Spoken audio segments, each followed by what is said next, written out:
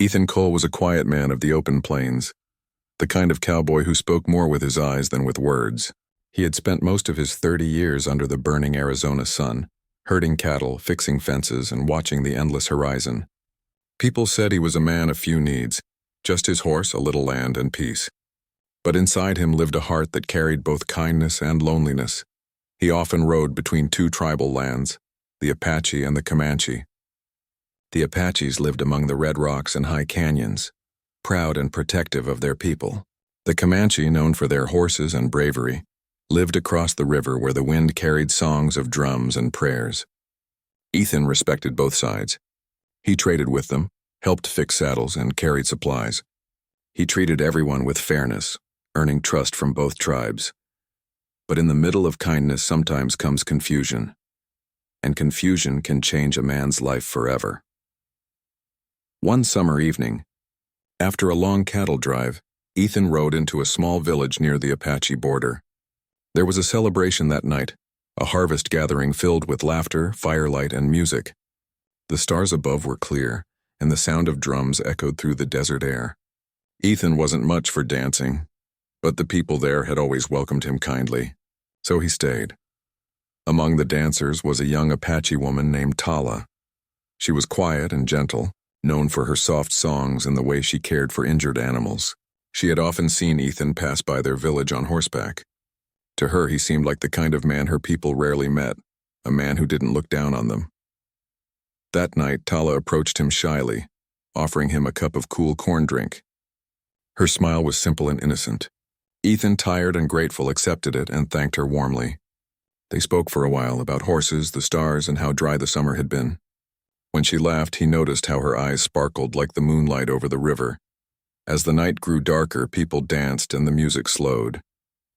Ethan stayed longer than he meant to, enjoying the warmth of the fire and the comfort of company. Tala sat near him, asking questions about his ranch and his life. She was kind, curious, and respectful. To her, this cowboy was strong and honest, a man who didn't belong to any tribe but treated all as equals. When Ethan left that night, he thought little of it. He didn't see that Tala watched him ride away with hope in her eyes. For her, that short time together meant more than he could imagine. Weeks passed. The summer grew hotter and Ethan was busy working his ranch. He hadn't been back to the Apache village. One morning, while delivering supplies to the Comanche, he heard whispers.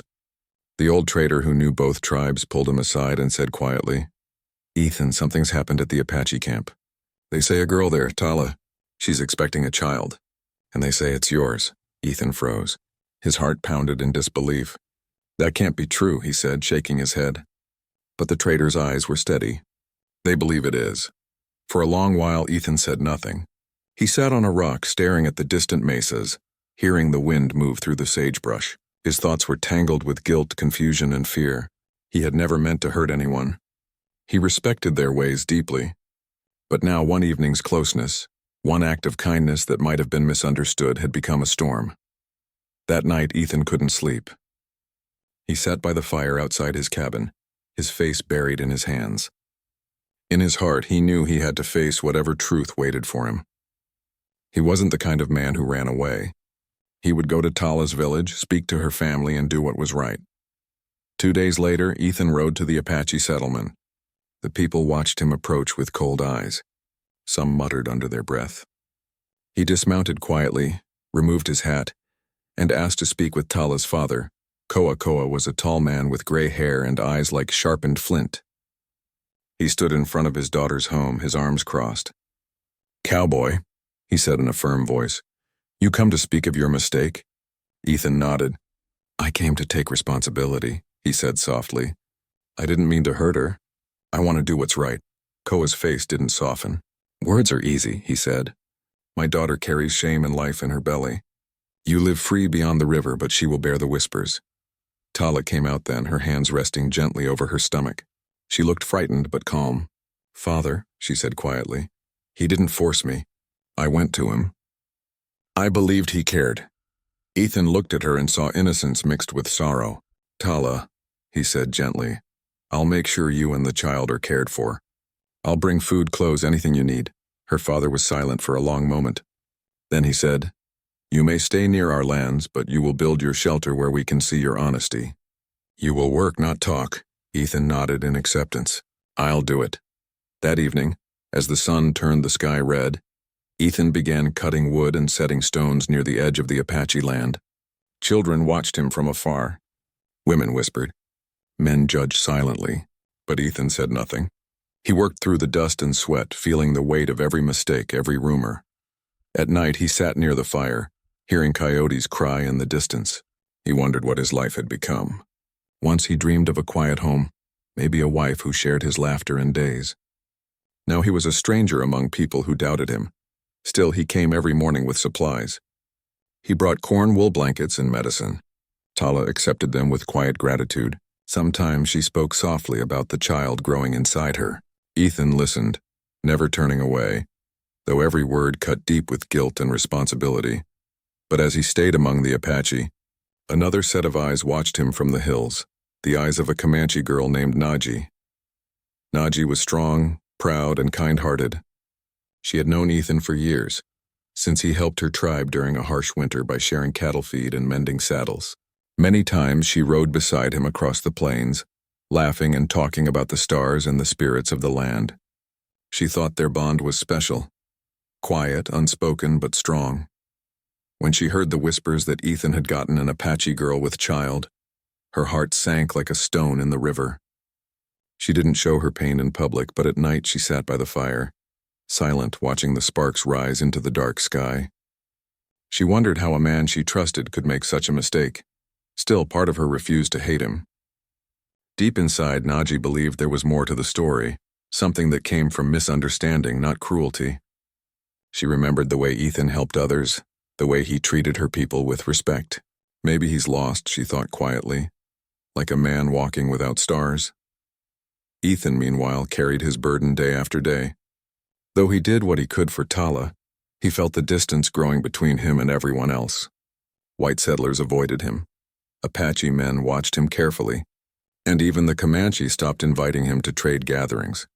He had become an outsider to both worlds, trapped between duty and regret, and yet, each evening when he looked up at the same stars he once admired with Naji, he thought about her, her laugh, her courage, her warmth.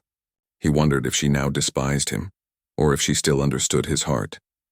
As the days passed and autumn winds arrived, Ethan realized that one mistake could change not only a man's life, but the balance of peace between people.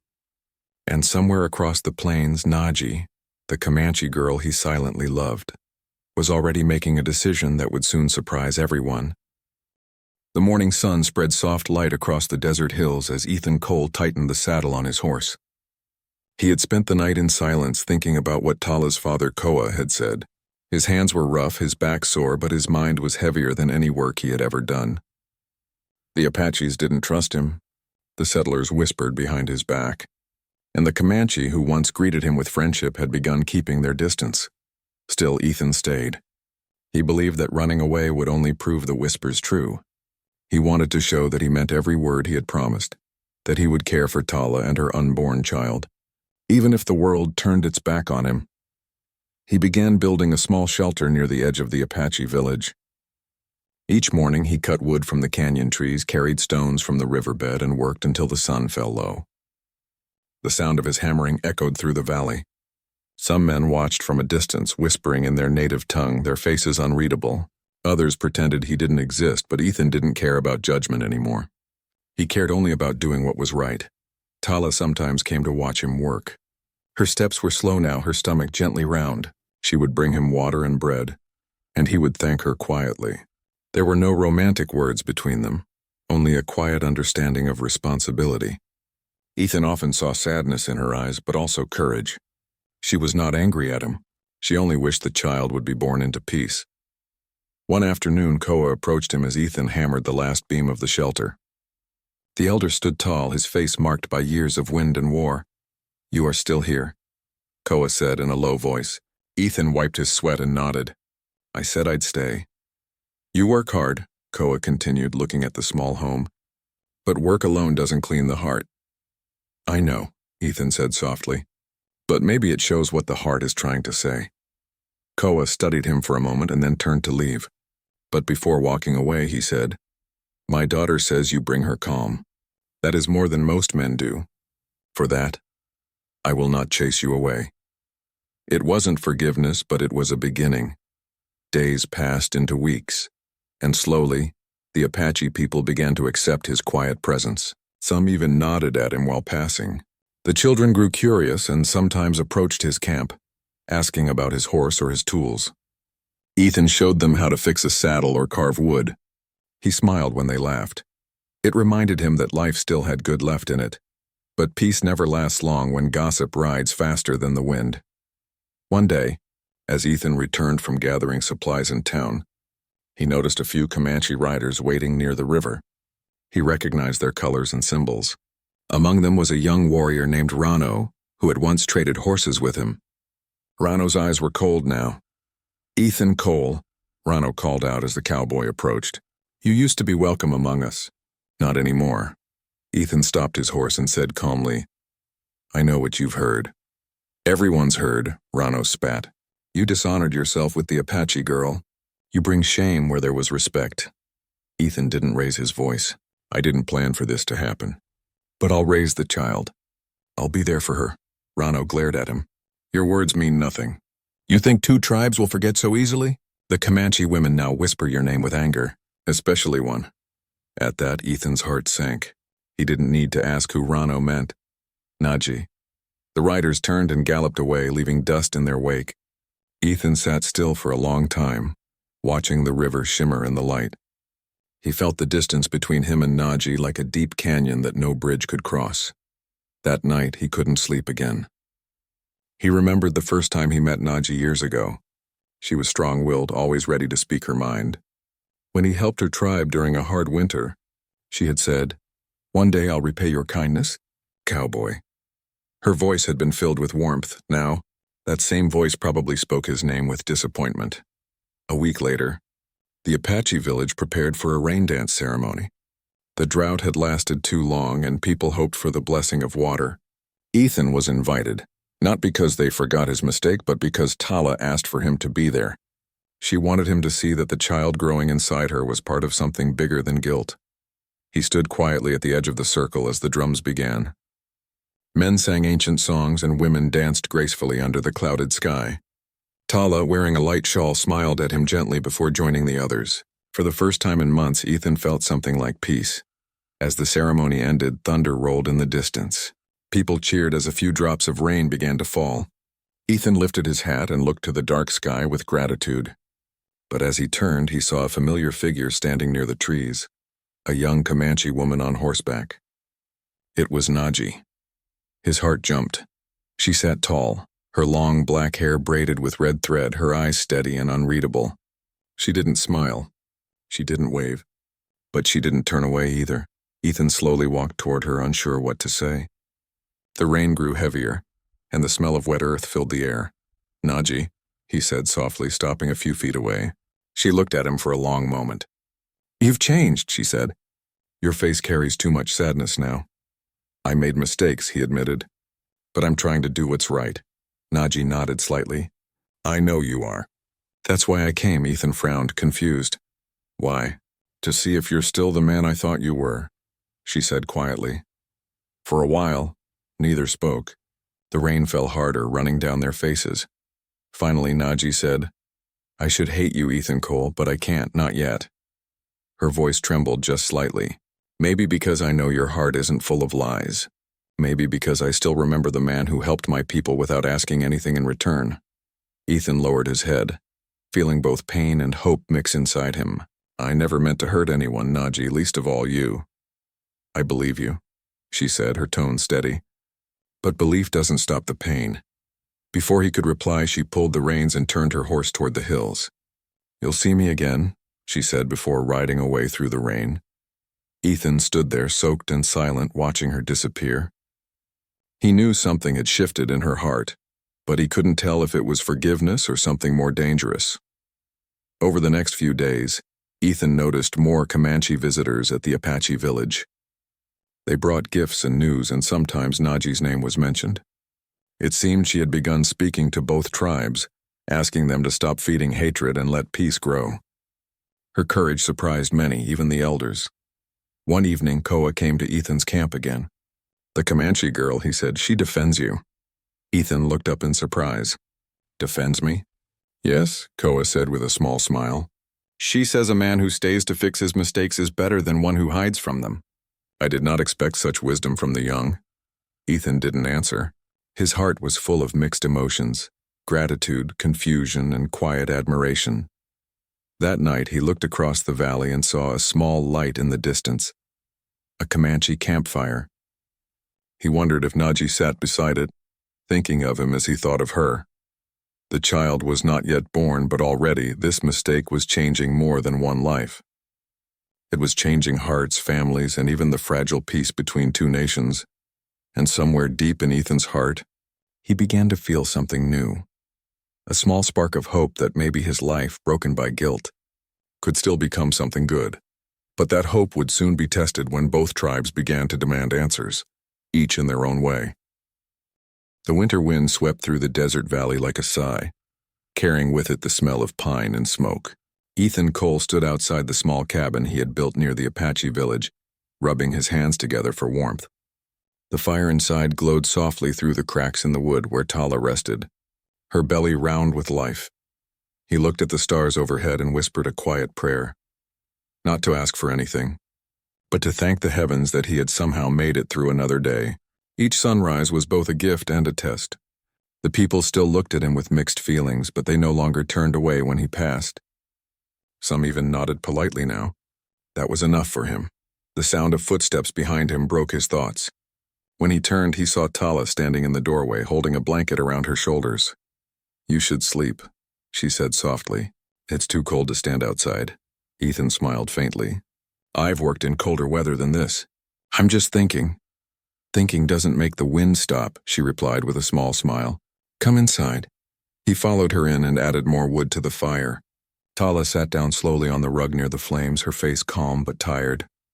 "The baby kicks a lot now," she said, placing her hand on her belly. "Like he wants to see the world already." Ethan knelt beside her. "Maybe he'll be a rider," he said kindly. "Strong like his mother," she laughed softly. "Or stubborn like his father." For a moment they both smiled.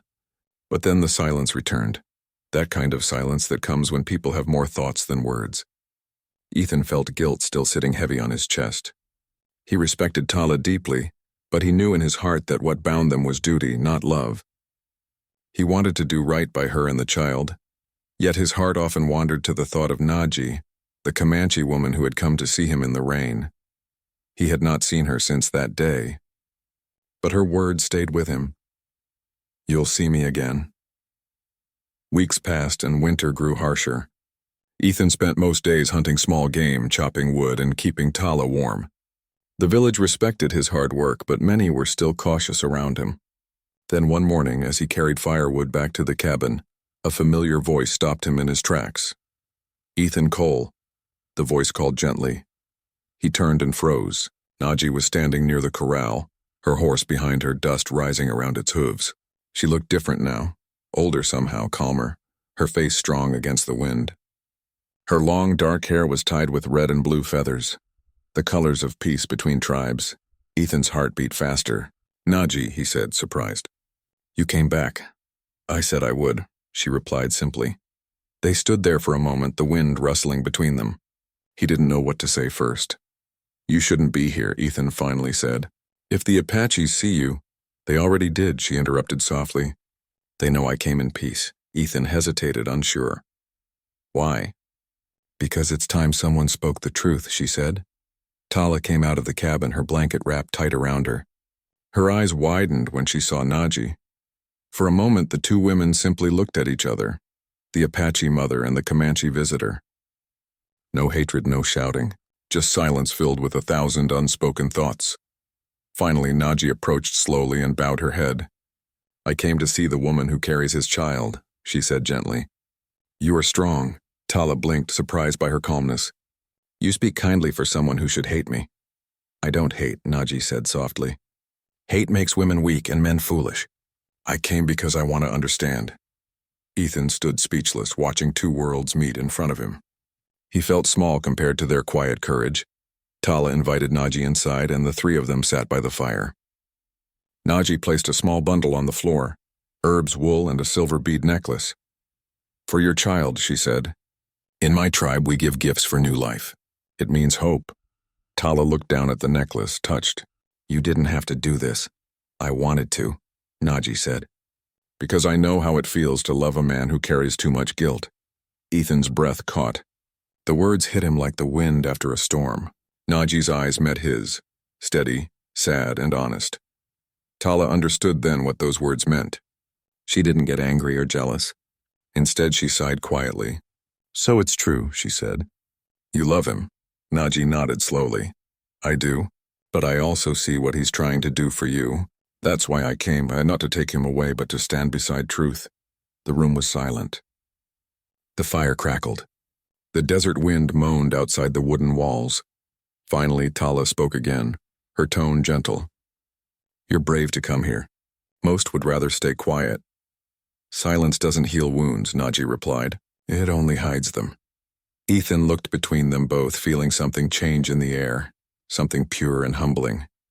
Two women from rival tribes were showing more honor than most men he had ever known. That night, Naji stayed near the village. She helped Tala grind herbs, sang soft lullabies from her people, and even told stories to the children who peeked curiously at her from behind the door. The villagers, at first uneasy, began to relax when they saw her kindness. The next morning, before leaving, Naji spoke to the Apache elders. "Let peace stay between your people and mine," she said. "Let this child be born without the shadow of anger." The elders nodded thoughtfully. Even Koa, Tala's father, admitted, "Your words carry more wisdom than some of our old men." When Naji was ready to leave, Ethan walked her to her horse. The sunrise painted the land gold and red. Neither of them spoke for a long time. Finally, Ethan said quietly, "You didn't have to come here, Naji, but I'm glad you did." She looked at him with a faint smile. "You think too much with guilt, Ethan. Guilt can feed a man's heart for only so long before it breaks him. You did wrong, but you stayed to fix it. That's the kind of man my people respect." "I don't know if I deserve that," he said. "Then earn it," she replied. "Raise that child well. Be there for him, for Tala. That will speak louder than any words." Before he could reply, she leaned slightly closer. "And maybe one day when the child is grown, you'll forgive yourself." Ethan's voice was barely a whisper. "Will I ever see you again?" She looked toward the mountains. "If the wind brings peace between our tribes, you will." And with that, she rode off into the morning light, her horse's hooves echoing softly over the land. Ethan stood there for a long time, watching until she disappeared over the ridge. His heart was full, of pain, of hope, of something too deep to name. When he returned to the cabin, Tala was smiling faintly, holding the silver-beaded necklace in her hands. "She's special," she said. "Yes," Ethan replied quietly. "She is." Tala looked at him kindly. "Don't worry. I'm not angry. Maybe this was meant to happen this way. Maybe this child will carry both our worlds inside him, Apache, Comanche, and you." Ethan's throat tightened. "If he does, then maybe he'll bring peace where we couldn't." Over the next few weeks, Naji's visit began to change things. The Apaches and Comanche slowly started speaking again. Traders crossed paths without shouting. Families exchanged food and stories. The small shelter that Ethan built became a symbol of what people whispered about, that maybe after years of division, two nations could find unity through one man's mistake and two women's forgiveness. As spring drew near, Tala's time came closer. Ethan stayed beside her day and night, chopping firewood, cooking meals, and whispering prayers that both she and the child would survive. Every now and then, when the wind blew from the south, he thought he heard a horse's cry in the distance, and he knew Naji was somewhere out there, still watching over them in her own quiet way. The story that began with guilt was slowly turning into something else, something stronger, something cleaner. But none of them yet knew that the day the child arrived would test their courage and hearts more than ever before. Snow melted slowly from the canyon hills, and the first signs of spring began to show, tiny green shoots pushing through the dusty ground. Ethan Cole stood near the river, washing his hands after feeding the horses. His cabin stood behind him, small but warm, with smoke rising gently from the chimney. Inside, Tala rested near the fire, her time to give birth drawing closer with each sunrise. The Apache village had grown quieter these days. The sharpness in people's eyes had softened a little. Even the men who once glared at Ethan now simply nodded when they passed. His months of work, his quiet loyalty, and his refusal to leave had begun to speak louder than any excuse ever could. Every evening, he walked to Tala's side and read stories from an old, worn notebook, stories of brave men, gentle women, and forgiveness. She liked listening. "Your words calm me," she often said, resting her hand on her belly. One chilly night, Tala woke Ethan suddenly. Her face was pale and her hands shook slightly. "It's time," she whispered, her voice trembling. Ethan jumped up, heart pounding. He called out for the women of the village, who came rushing with blankets and warm water. Koa, her father, stood outside the cabin, holding a torch, his eyes full of both fear and faith. Inside, Tala fought through long hours of pain and exhaustion. The old midwife guided her with gentle hands, whispering old prayers. Ethan waited outside, unable to sit still. The night felt endless. Every cry from inside made his chest tighten. Finally, as dawn began to break, a baby's cry echoed through the air, high, small, and strong. Ethan's breath caught. The midwife stepped out, smiling. "It's a boy," she said softly. Strong as the morning sun, Ethan's knees almost gave out. He stepped inside slowly, and when Tala handed him the tiny bundle wrapped in a soft blanket, his heart filled with something he couldn't describe. The child's skin was light brown, his small fingers curling around Ethan's thumb. Tala smiled weakly. "He looks like you," she whispered. Ethan swallowed hard. "No," he said softly. "He looks like peace." The Apache people gathered later that day to see the newborn. Even those who once doubted Ethan came forward, some bringing small gifts, a feather charm, a carved toy horse, a pouch of medicine. The boy was given a name in their language, Tosawi, meaning white wind. That night, Ethan sat outside with the baby in his arms, looking at the stars. For the first time in a long time, he felt calm, like life had given him a second chance. Days turned into weeks, and the child grew stronger. Tala recovered slowly, smiling whenever Ethan played with their son. But her health, though improving, still worried him. She grew tired quickly and often fell into deep sleep. One evening, as the sun set behind the red cliffs, a familiar figure appeared on horseback. Naji, Ethan's heart leaped at the sight.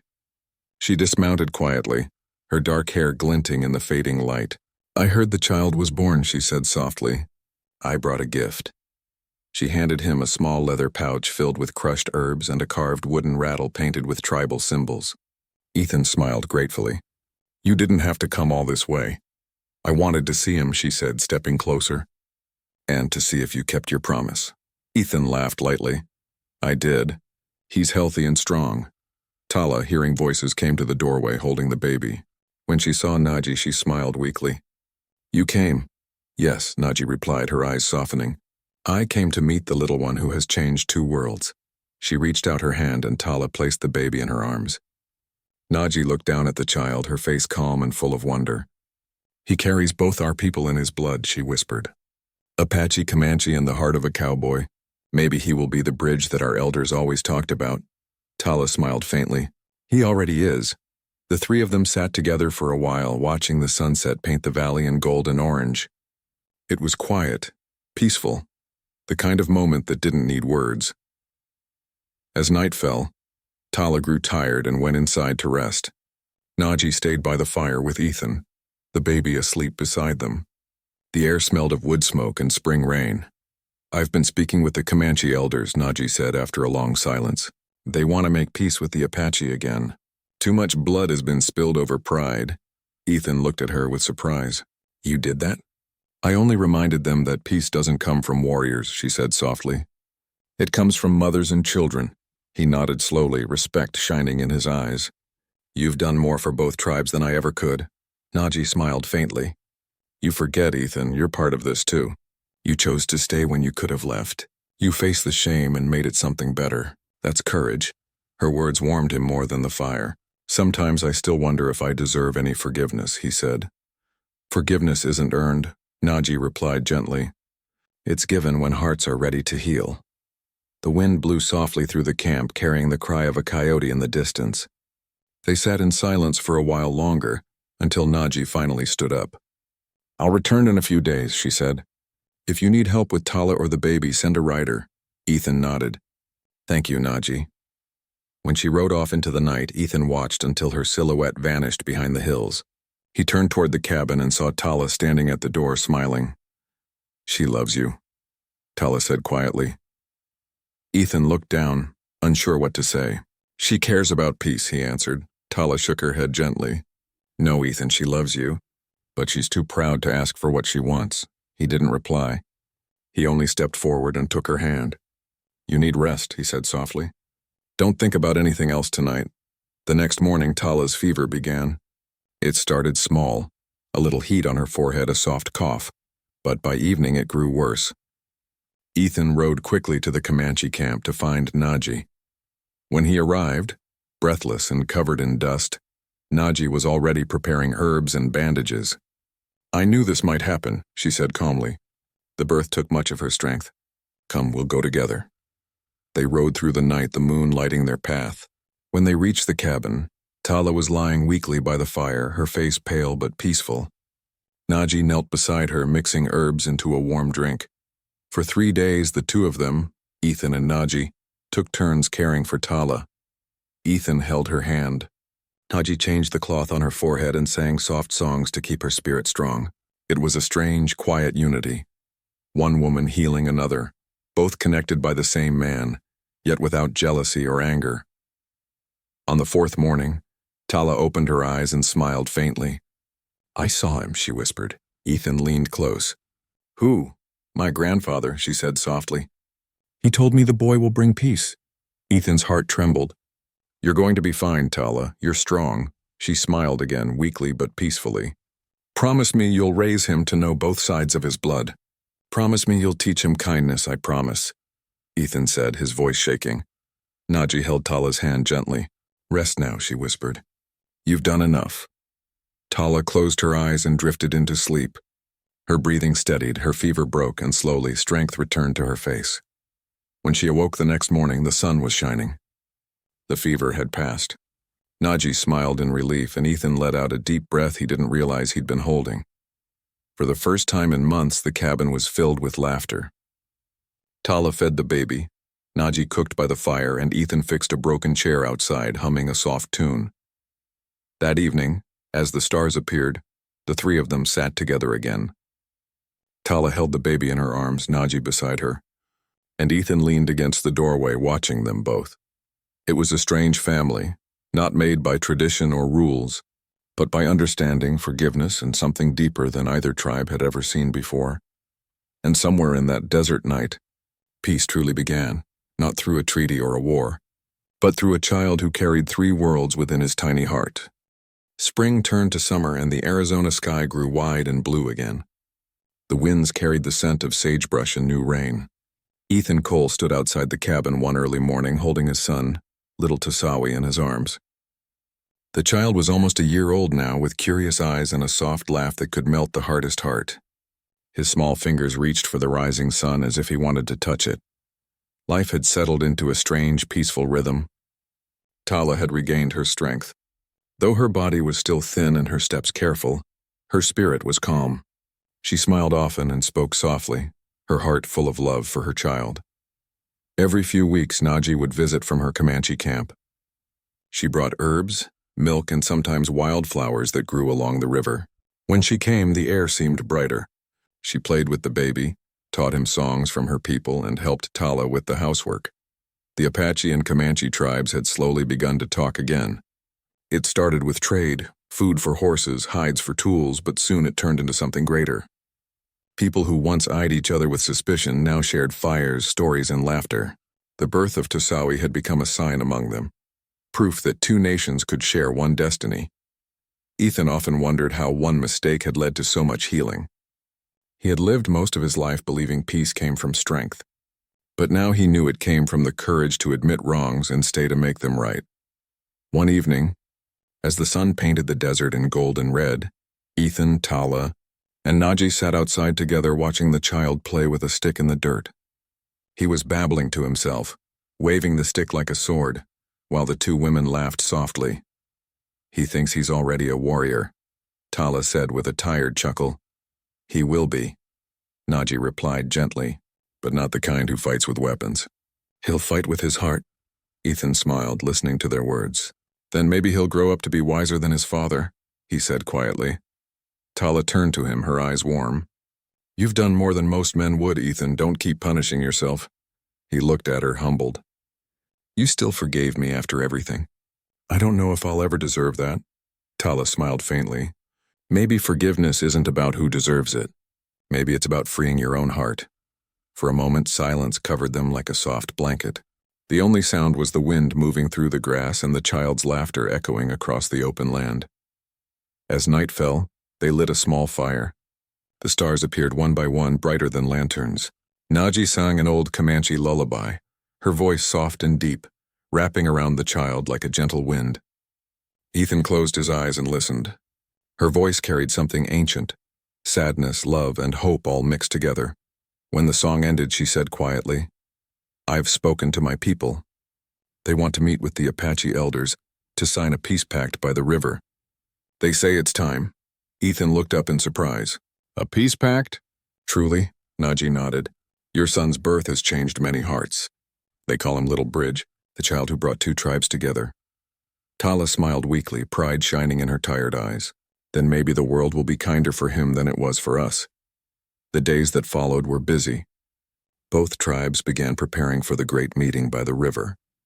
Warriors and elders came on horseback from miles away. Women cooked, children ran through the fields, and the sound of drums filled the air once again.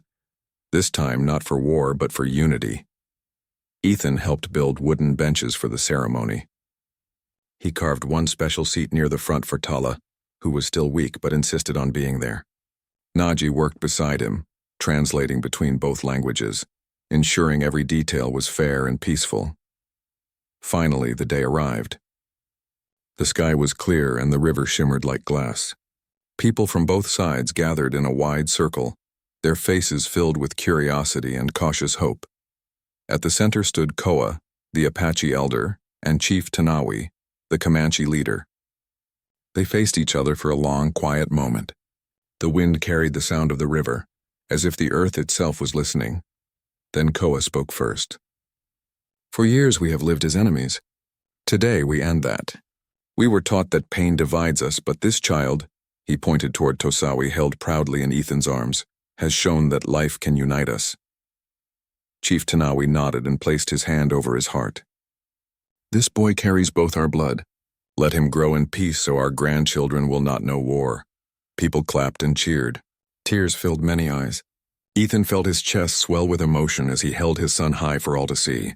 The boy laughed and reached toward the sky, and the crowd laughed with him.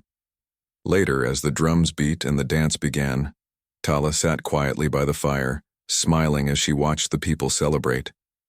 Ethan knelt beside her. Are you tired? He asked softly. A little, she admitted. But happy. She looked at him, her eyes gentle. Promise me, Ethan, that if I ever can't be here, you'll make sure he knows who I was. Tell him his mother was Apache. Tell him she wanted peace more than pride. Ethan's throat tightened. Don't talk like that, Tala. She smiled faintly. I'm not afraid anymore. My life gave something good to this world. That's all a mother can ask. Later that night, as the stars blazed above, Tala lay in her bed, the firelight flickering softly across her face. Ethan sat beside her, holding her hand while she slept. When morning came, the sun rose gently over the river and Tala's breathing had grown still. She had passed quietly, her face calm, as if smiling in her dreams. Ethan didn't cry loudly. He just sat there holding her hand, whispering a prayer. Naji arrived soon after and knelt beside him, her eyes filled with quiet tears.